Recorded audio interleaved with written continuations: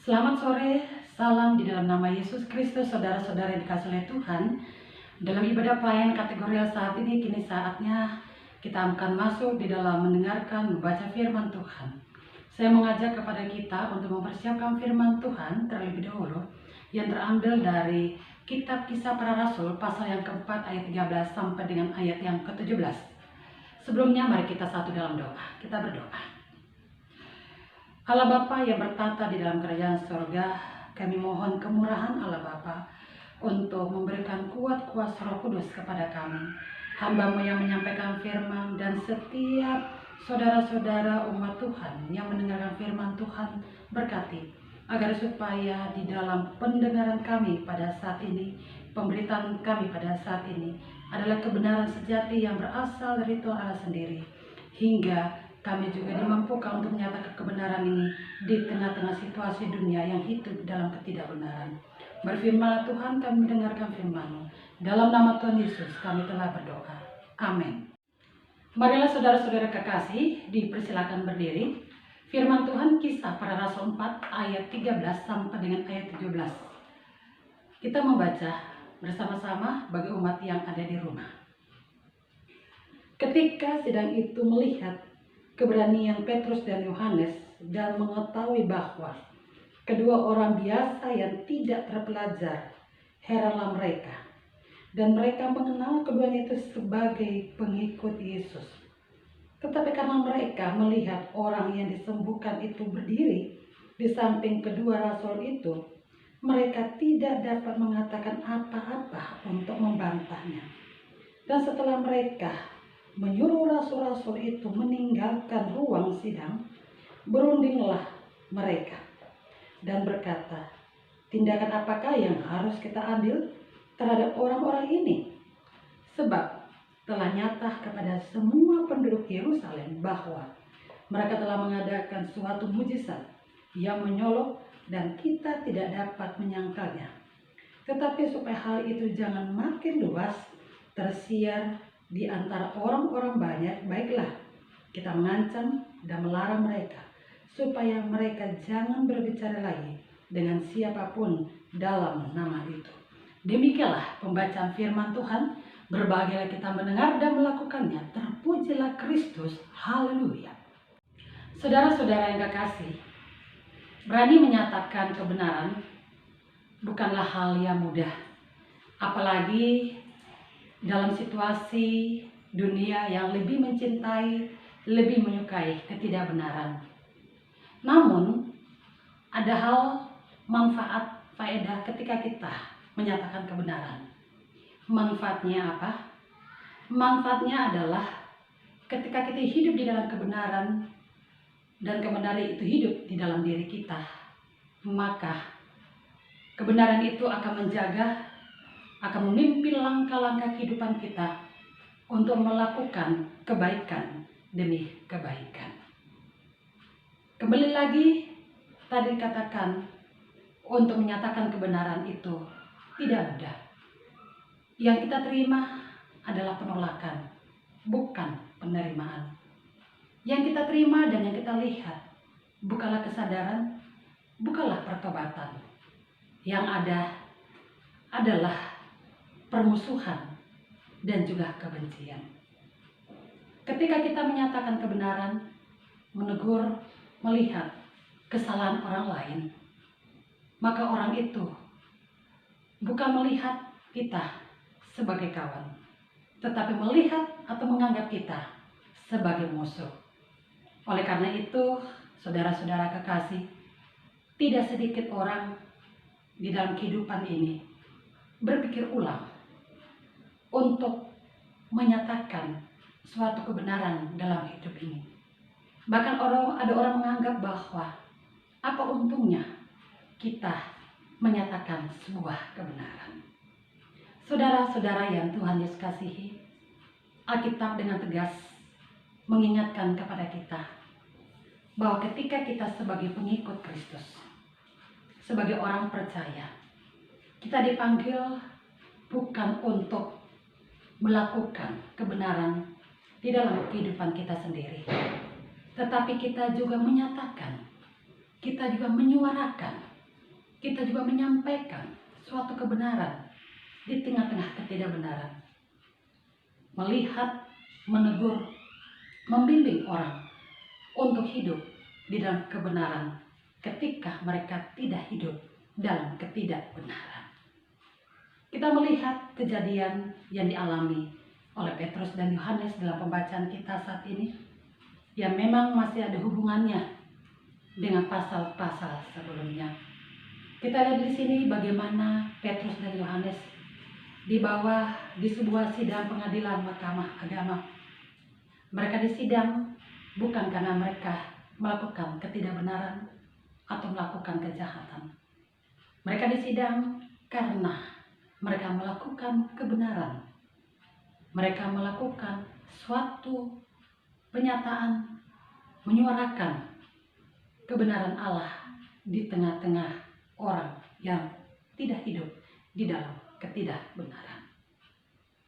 Ketika di dalam sidang itu ada pertanyaan kepada mereka dan juga himbauan kepada mereka agar supaya mereka tidak lagi melakukan satu tindakan atas nama Yesus Kristus. Kalau hal itu mereka lakukan, maka imam-imam kepala, ahli-ahli Taurat mengancam mereka, akan menghukum mereka, melakukan kejahatan kepada mereka, agar supaya Petrus dan Yohanes tidak melakukan kebenaran lagi. Tetapi kita bisa melihat, saudara-saudara kekasih, Petrus dan Yohanes tidak takut dengan ancaman. Dalam ayat yang kita bisa lihat, walaupun tidak menjadi satu bacaan buat kita, kalau kita melihat kelanjutan di dalam ayat 18 sampai dengan ayat 19, khususnya ayat 19 katakan, tetapi Petrus dan Yohanes menjawab mereka, silakan kamu putuskan sendiri, manakah yang benar di hadapan Allah dan kepada kamu, atau taat kepada Allah. Petrus dan Yohanes menjawab bahwa mereka tetap hanya taat kepada Allah, bukan taat dan takut kepada manusia. Saudara-saudara kekasih, di dalam sidang itu, di mana dihadiri oleh imam-imam kepala, ahli-ahli Taurat, dan juga majelis agama yang ada, mereka tidak mendapat celah yang sebenarnya untuk menghukum Petrus dan Yohanes. Karena kembali lagi apa yang mereka lakukan itu benar menurut dalam kehendak Allah.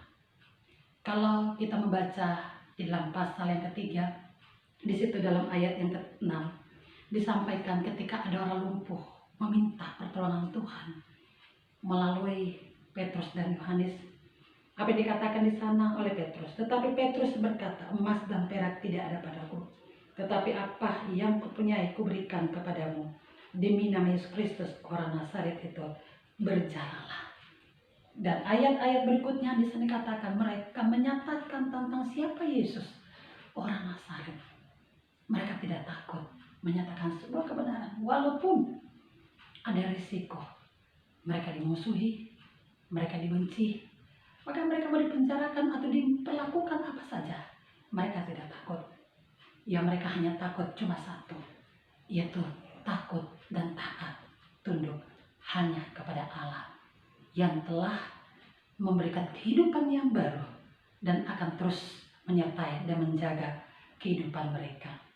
Apa yang mereka lakukan tidak sia-sia sampai akhir hidup mereka. Kalau kita lihat di dalam sejarah yang dilakukan oleh rasul-rasul, pengikut-pengikut Kristus, saudara-saudara kekasih, pengorbanan yang mereka lakukan sampai mati pun demi nama Yesus dalam kebenaran yang ada.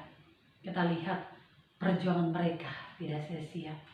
Banyak orang percaya saat mereka pun masih hidup.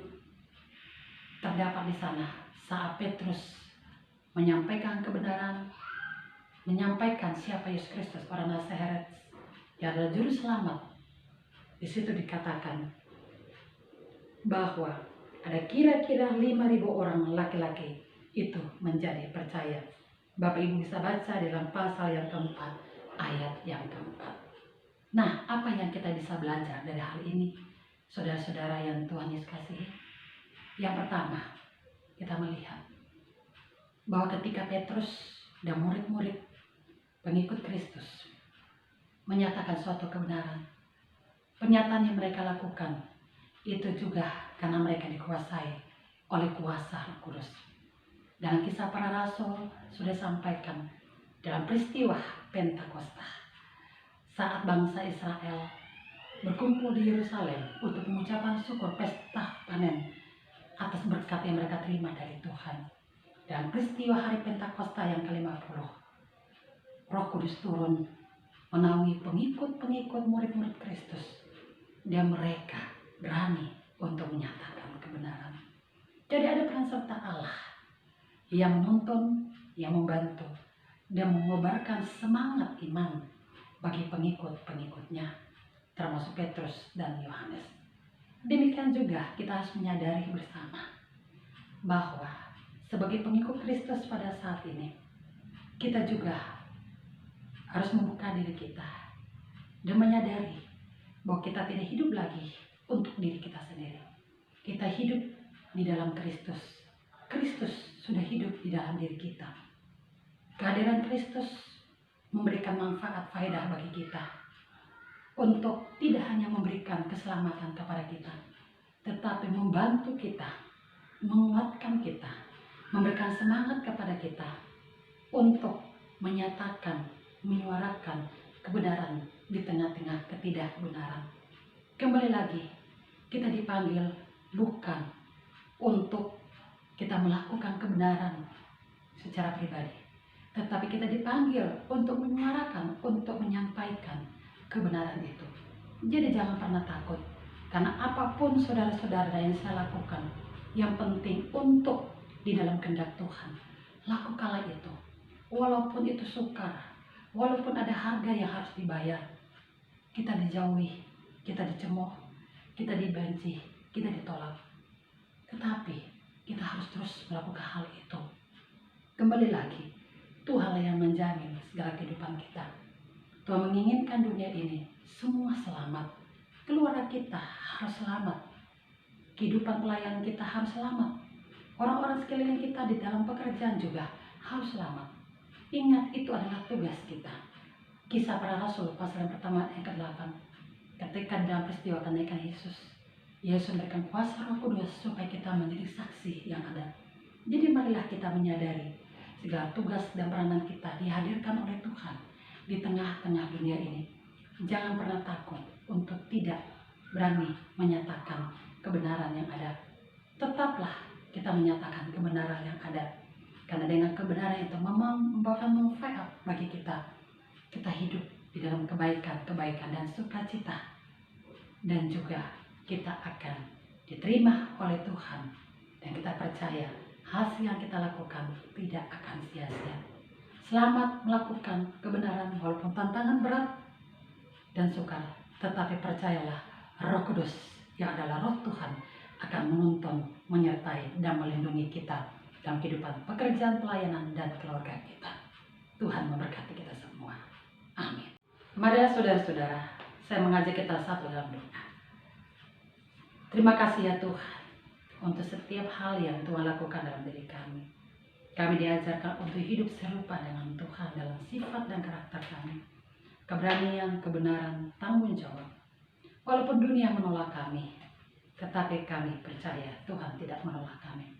Kuatkan iman kami ketika kami dibenci, ketika kami ditolak menyatakan kebenaran. Kami berdoa, kami punya maksud, agar apa yang kami lakukan pastinya juga seturut dengan kehendak Tuhan. Supaya setiap dunia, orang-orang yang kami nasihati, yang kami tegur supaya hidup dalam kebenaran, itu menjadi bertobat, sadar, sehingga mereka akan menerima keselamatan yang merupakan janji Allah di suatu saat yang akan mereka alami. Terima kasih Tuhan, ajari kami untuk terus hidup dalam kasih, kerendahan hati, tidak sombong, tidak penakut, tidak pengecut, tetapi kami tetap hidup di dalam keinginan atau kehendak Allah. Berkati keluarga kami, berkati kami sebagai orang tua, ajari kami untuk kami bisa memimpin anggota keluarga kami, terutama anak-anak dan cucu kami. Kami menjadi contoh dan teladan bagi mereka sebagai orang tua yang tegas, berwibawa, memimpin anak cucu kami hidup di dalam takut akan Tuhan. Kebenaran, keberanian, biarlah Tuhan mampukan. Dan sehingga kami boleh melihat anak cucu kami hidup di dalam kasih Tuhan. Berkatilah pekerjaan kami, berkatilah pendidikan anak-anak kami, berkati usaha dan iman kami, agar supaya kami boleh hidup di dalam kebahagiaan, sukacita, dan kekuatan iman dan perlindungan dari Tuhan. Ajari kami untuk tidak selalu menggerutu dan mengeluh dengan keadaan yang ada, tetapi dengan keadaan baik dalam situasi menyenangkan maupun yang tidak menyenangkan, lebih-lebih kami tetap bersyukur menerima apa adanya. Karena dengan syukur itu berarti bahwa kami menerima apa adanya dari Tuhan. Terima kasih ya Tuhan. Kami mohon kiranya Tuhan juga berkati pelayanan gereja-gereja Tuhan dimanapun mereka berada. Bahkan kami yang ada di Immanuel Bung Karno berkati, agar supaya kami betul-betul menjadi pelayan, menjadi umat, menjadi gereja yang seturut dengan kehendak Tuhan. Banyak orang yang kami selamatkan dengan perilaku kehidupan kami. Kami berdoa untuk pergumulan-pergumulan kami semua. Biarlah dengan pergumulan ini kami bawa untuk Tuhan kuatkan kami sebagai pelayan, sebagai jemaat-Mu, agar kami tidak jatuh dalam dosa, tetapi kami menang dalam pergumulan kami. Berkati masyarakat kami, Kota Mataram dan sekitarnya. Berkati jemaat-jemaat kami di Pos Pelkes, baik di Sambalia, Raya, dan Selong.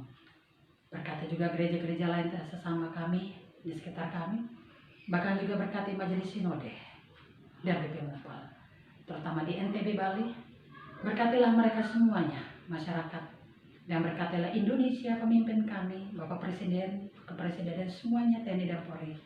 Mereka yang bekerja sebagai aparat pemerintahan dan hukum negara yang ada, berkati supaya mereka hidup berani dalam kebenaran, dalam keadilan sosial, dalam juga menjunjung tinggi kemanusiaan, sehingga itu bisa dijunjung tinggi, ditiru oleh setiap rakyat di Indonesia aman dan damai dalam mengatasi setiap persoalan termasuk COVID-19 yang ada. Kami juga berdoa untuk dunia, bangsa-bangsa lain, berkati supaya mereka hidup damai dan rukun dalam kasih persaudaraan yang itu juga kami rindukan bagi bangsa Indonesia kami. Terima kasih Tuhan, berkati ibadah ini. Tidak hanya kami dengarkan, tetapi kami lakukan dalam kehidupan kami. Terima kasih Tuhan. Dalam nama Tuhan Yesus kami berdoa dan mengucap syukur dengan doa yang Tuhan Yesus ajarkan. Bapa kami yang di sorga, dikuduskanlah nama-Mu. Datanglah kerajaan-Mu, jadilah kehendak-Mu di bumi seperti di sorga. Berikanlah kami pada hari ini makanan kami yang secukupnya. Dan ampuni kami akan kesalahan kami seperti kami juga mengampuni orang yang bersalah kepada kami. Jangan membawa kami ke dalam pencobaan, tetapi lepaskan kami daripada yang jahat. Karena Engkaulah yang empunya kerajaan dan kuasa dan kemuliaan sampai selama-lamanya. Amin.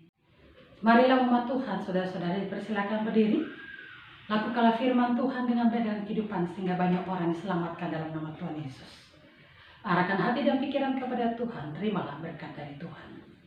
Anugerah Yesus Kristus, pengasihan dari Allah Bapa dan persekutuan Roh Kudus dalam Tritunggal yang esa, kiranya memberkati kehidupan kita dalam keluarga, dalam pekerjaan, dan dalam pelayanan, dimulai dari sekarang sampai selama